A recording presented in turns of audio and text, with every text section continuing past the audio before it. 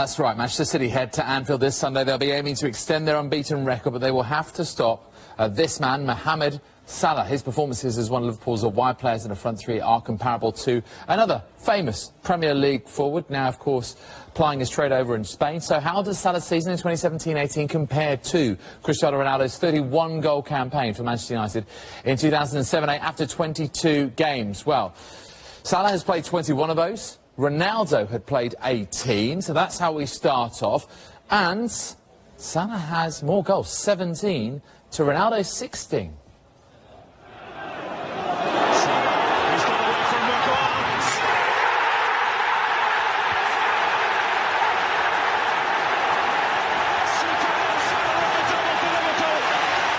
Here's Ronaldo.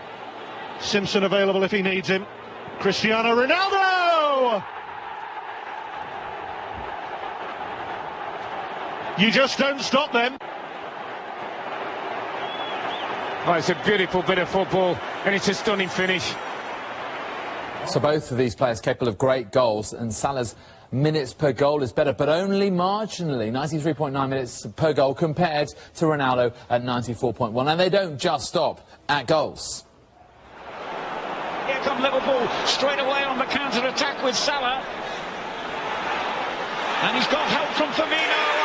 Doesn't that just sum up the day as far as Brighton are concerned? Turn on for Ronaldo. Oh, beautiful play. Completely foxed Birmingham, and Tevez finds the finish. Absolutely wonderful stuff from Manchester United. The ball into Tevez, who flicks it on to Ronaldo, but just watch what comes now. Great vision, great skill, backheel to Tevez. Lovely assist from Ronaldo for Carlos Tevez, but Salah absolutely owns him in this one. He's got 5 assists compared to just 1 from Ronaldo, so more created after 22 games. That is, of course, Mohamed Salah. But 07-08 ended in glory for Ronaldo and United, and we wait to see if Liverpool has the same kind of effect with Mo Salah. Certainly be a game that we cannot wait for. Liverpool-Man City Super Sunday. Yeah, good morning. Nearly a third of the way now through the window. 2 massive deals already done. Could there be another one on the way? Let's find out. Our colleagues in Italy are reporting that Manchester City already have a financial package in place if this man, Alexis Sanchez, decides to join them. If he goes in the summer, his contract will be £13 million per year in wages, plus a £30 million signing-on fee. But if Arsenal let him go now, then Arsenal would get a £20 million fee. City manager Pep Guardiola refused to discuss the player after last night's EFL Cup win over Bristol City. OK, let's check in with Manchester City. Not quite done with them as they close in last night, of course, on a Wembley appearance. And Sky sources are telling us that having broken into the England squad, Harry Maguire is a long-term target for City, although not in this window. We know that Guardiola is trying to sign a centre-back this month, but won't be pursuing Maguire just yet. The player joined Leicester in the summer for £17 million, and it's likely to take closer to £50 million to price him away from the King Power Stadium. OK, from the northwest down to North London, and Arsenal, of course, they're in action tonight. Could they be moving closer to signing a player from France? There are reports that Arsenal are in discussions with Bordeaux over the signing of Malcom, who's valued by the French club at around £44 million. The Brazilian revealed on social media that he's learning English. There's been no information related to us, though, that Arsenal have entered any talks. Let's keep it Arsenal just for now. A player who's somewhat lost his way at the Emirates. Reports this morning have suggested that Everton are now the favourites to land Theo Walcott from Arsenal. Southampton also keen on bringing the England international back to St Mary's. We reported earlier this month that Everton were hoping to add pace to their front line. OK, let's go to Liverpool and find out about another England international who's lost his way somewhat. Our colleagues in Italy are reporting that Daniel Sturridge is on a list of targets for Inter in this window, alongside former Chelsea midfielder Andre Schürrle, now at Borussia Dortmund. They're targeting players who need games ahead of the World Cup, and the Serie A club would favour a loan move. Some breaking news indeed, and it involves a former Tottenham winger who spent a very successful period on loan at Brentford 2 or 3 years ago, and we understand Huddersfield have now increased their bid for Alex Pritchard at Norwich to £11 million. The Yorkshire club reportedly offered £5 million earlier this month for the former Tottenham winger. The deal may be complicated, though, by the fact that Norwich's sporting director, Stuart Webber, was previously the head of football operations at Huddersfield. Webber left on controversial terms last March, having been put on gardening leave by Chairman Dean Hoyle when Webber had expressed an interest in moving to Carrow Road. More on that, of course, as we get it. Let's head from East Anglia down to South East London, because it looks as if Crystal Palace might be closing in finally on a striker. Our colleagues in Italy are reporting that Crystal Palace have made a bid for this man, the Fiorentina striker Kuma Babacar. Palace manager Roy Hodgson has made a signing of a striker a priority in the January window. His first choice option, Christian Benteke, has scored just once in 16 games. The 24-year-old Babacar has scored 4 goals in Serie A this season after netting 10 last year. He earned his first call-up for Senegal in March 2017. OK, let's get to Stamford Bridge and find out about another forward out of favour in the Premier League. We've already made you aware of interest from Sevilla in Spain in the Chelsea striker Michy Batshuayi. The Belgium international has made 11 Premier League appearances for Chelsea this season, and his club maintain that no senior players will leave unless replacements are found.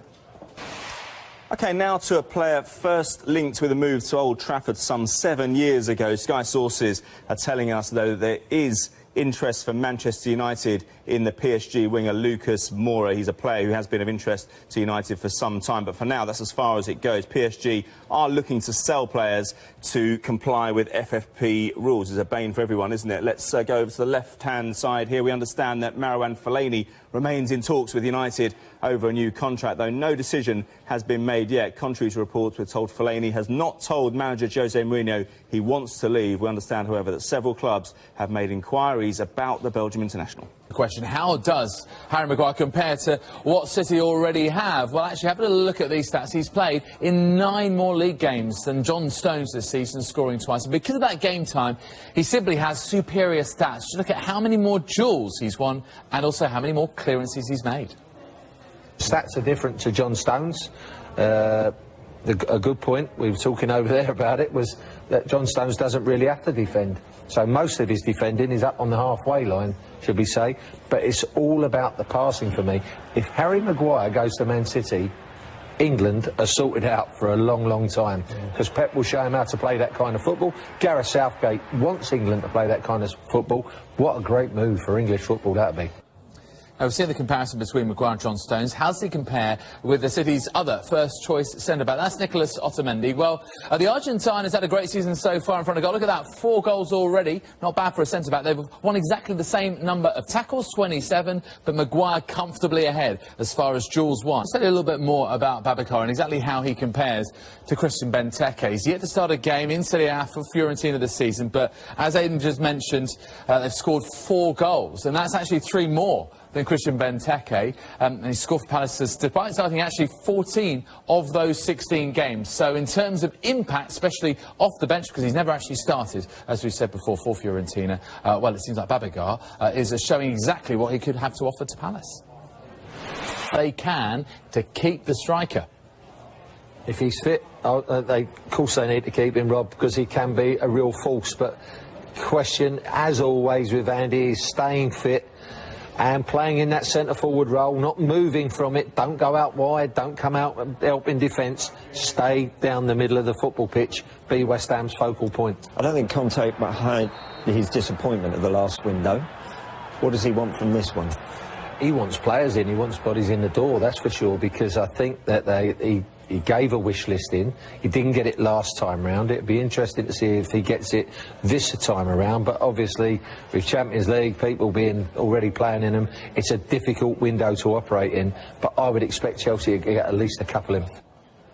Antonio Conte has revealed that Virgil van Dijk was a transfer target before the defender moved to Liverpool. He didn't confirm whether a bid had been made, but said that Van Dijk was one of many targets. A Dutchman moved to Liverpool for £75 million last week. Now, what does the future hold for David Luiz? He started his first Chelsea game since November against Norwich in the FA Cup. But is his time at Stamford Bridge up? It looks like it, Rob, doesn't it? It looks like it, but it just shows that when you do come in the team, which won't be as often as it has been for him, he's got to toe the line. He can't have this maverick style. But I've got to be honest, since he's come back to Chelsea. He's gone in that back three. He's gone in that back three for Chelsea, sorry. He's the one who really made that system work for Chelsea. He's the one player everybody thought, oh, I don't know why they've signed him, can't believe it. But he's gone in that back three and he's made that back three. But all the others have sort of fitted into place in and around him.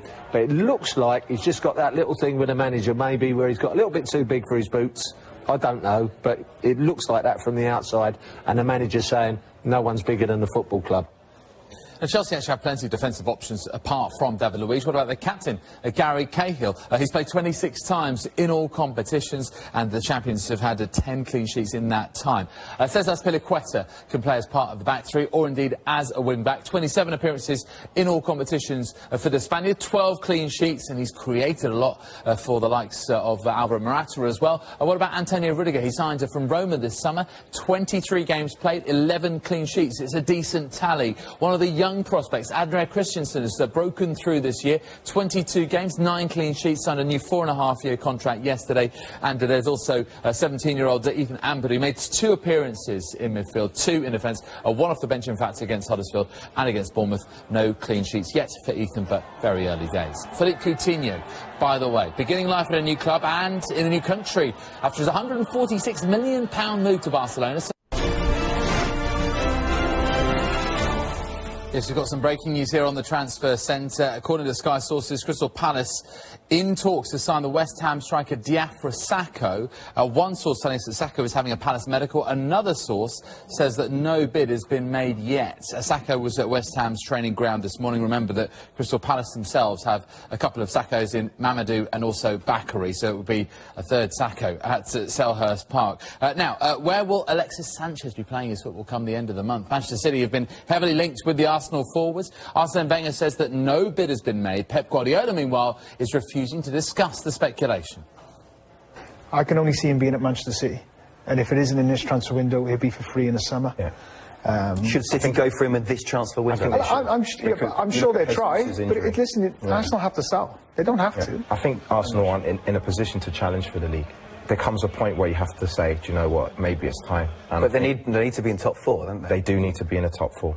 But there comes a point where maybe that's what they're thinking. They're thinking it's not worth the transfer fee for what the Champions League would be worth to us. It wouldn't be. So I think that's the only thing in the way. And it'll be very interesting to see how Alexis Sanchez approaches the situation if Manchester City make a big offer as well. It depends what his motivations are. Some players' motivations are money. Some players' motivations are trophies. If his motivation is trophies, then he's in a fantastic position to go now. But if money's the motivation, then what's another 5 months when you can get 30 million in your bank account at the end of it? If you're looking at it now, you've got a club like Manchester City, you've got 4 trophies you can go for. Exactly. Would you want to be part of that? I'm sure that'll probably be the main motive for him. OK, let's bring you an interview now with the Swansea manager Carlos Carvalhal, just into us here at Sky Sports News, of course, just settling into life at the Liberty Stadium after departing Sheffield Wednesday. Carvalhal says that he's looking to bring in players in this window, and he's used a very interesting analogy to try and explain his thinking. He is fond of maybe a slightly curious idiomatic phrase. Just have a little listen to this. Well, you know, football, so sometimes you can... As I told you, I explain because I asked about one player, a colleague, a coach, manager in another country, about one player. And he told me, no, this player you can't, because even the Premier clubs want him and maybe he moved to China or something. So it's not possible. It's why I said, listen, I want lobster when we have money to sardines or sea bass, but I tried the lobster first. Instead I go to another level. So I'm trying the best players that we can. I start from the top, of course, to try to bring the players that can really improve the team. Is why I try with my colleague that player. But as I tell you, sometimes we can, even we will not achieve the lobsters, because lobsters is Messi, Cristiano Ronaldo and so on. But maybe we can achieve some sea bass. Maybe sea bass we can achieve with the price of sardines sometimes, because let's see what will happen in the next days if we can achieve good players. I have some expectations that we can achieve 2 or 3 players with quality. Now, Sami Khedira has urged Juventus to sign his Germany international teammate to Emre Can. There is the man in question. Our Sky colleagues in Italy reporting that a 5-year contract has been offered to Can, which he and his representatives are currently considering. Yeah, I know Emre very well. Emre is, first of all, of course, he's a really good player. He's a young player. He can improve, of course, but he's powerful and still talented. But of course, he has to learn. And if is the possibility that Juventus can sign this player, they have to use this chance, because he's I think like on a free agent in this summer period. So yeah, if I'm a manager, of course I try to sign him. Can I interest you perhaps in the Transfer Centre live blog, whether it's on the website or also on your mobile or tablet device? This is what we've got. You've got a little headline sequence there. You can click on whichever story takes your fancy. A new story just in fact, literally at this very minute, with Jerome Sinclair linked to a move to the Eredivisie. There's that breaking story we told you about before. A little question about Lucas Moura and potentially a move to Old Trafford, and staying with teams in the top half of the table. Burnley are having a stunning season so far. Well, Scott Arfield has been one of the reasons why Brighton, Palace, West Ham are amongst those clubs interested in the midfielder. That's according to Sky sources. Plenty more there. It is the place to be if you want all the very latest lines in this transfer window. Remember, 10 days in and still 21 to go after that. Plus, lots of big transfer stories today, but trending on the Sky Sports website and app. Why West Brom's Johnny Evans is a defender in demand by the top Premier League teams. There's also plenty more on Inter Milan's interest in Daniel Sturridge. Also trending, Kevin De Bruyne would welcome Alexis Sanchez's arrival at Manchester City. OK, here's one to prick up the ears of Premier League owners. Frank Ribery's contract is running down at Bayern Munich, but the Frenchman insists he's not concerned by his future. The 34-year-old said, "I am highly professional, always focused. I still have 5 months left. There are lots of options, but as I've said, I'm really content and happy with how I came back from my injury. I'm playing well, which is important to me, but also for the team as well." Let's go to Burnley now and find out the future of one of their key players of the last 18 months or so since they returned to the Premier League. And Scott Arfield is attracting interest, in fact, from Brighton, Crystal Palace and West Ham. That's according to Sky sources. The 29-year-old has less than 6 months remaining on his contract and would be available on a free transfer in the summer. Sky Sports News understands, though, that Burnley have offered Arfield a new deal, but the Canada international is yet to agree fresh terms to stay at Turf Moor. The trio of clubs are yet to formalise their interest with an offer. Everton's majority shareholder Farhad Moshiri has revealed the key role that he played in identifying the signing of Cenk Tosun. The Turkish striker has moved from Beşiktaş for £27 million. He's a very, very good striker. I saw him first in Monaco because I lived there, and I watched Monaco playing Beşiktaş. I mean, he single-handedly destroyed them. Could be flash. I don't know, but he looked very good. And I saw the other team, Istanbul, so I followed him, and the coaching staff liked him, so I am hopeful. There are not a lot of strikers around, so hopefully we've hit it right. Moshiri has also spoken about his efforts to keep Romelu Lukaku at Everton, saying that he wasted 2 summers trying to convince the Belgian before he eventually joined Manchester United. You can read the full story at skysports.com. Just to bring you a little bit more on that story about Jerome Sinclair that we touched on when we were talking to you about the live transfer live blog.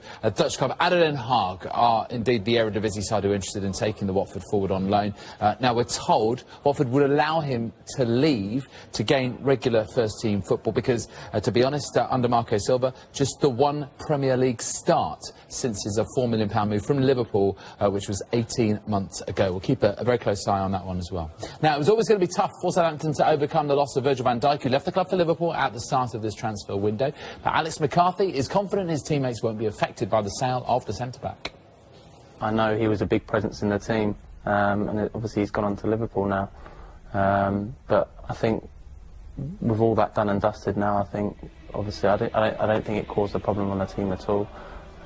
We've got good enough players in the squad, so hopefully now we all know where we want to be and get up the table, and hopefully we can do that. Now, despite Tim McCarthy's confidence in the team, Mauricio Pellegrino has confirmed he's looking to strengthen his attacking options, with Arsenal's Theo Walcott a reported target. Obviously, it's not down to us who the club bring in and that, and they've got their targets. Whether or not they get them or not is a different thing. But obviously, Theo was here when he was a younger lad. He's a great player. And maybe having a few new faces will freshen the place up a bit. And it's not just here in the Premier League where deals are happening at the moment. Carlos Tevez has returned to his beloved Boca Juniors for the 3rd time. Just a warning, there is some flash photography coming up here. The former West Ham, Manchester United and Man City striker terminated his contract at Shanghai Shenhua to return to Boca. Don't forget, the latest Transfer Talk podcast is available to download today. Our team will talk through all the deals and speculation.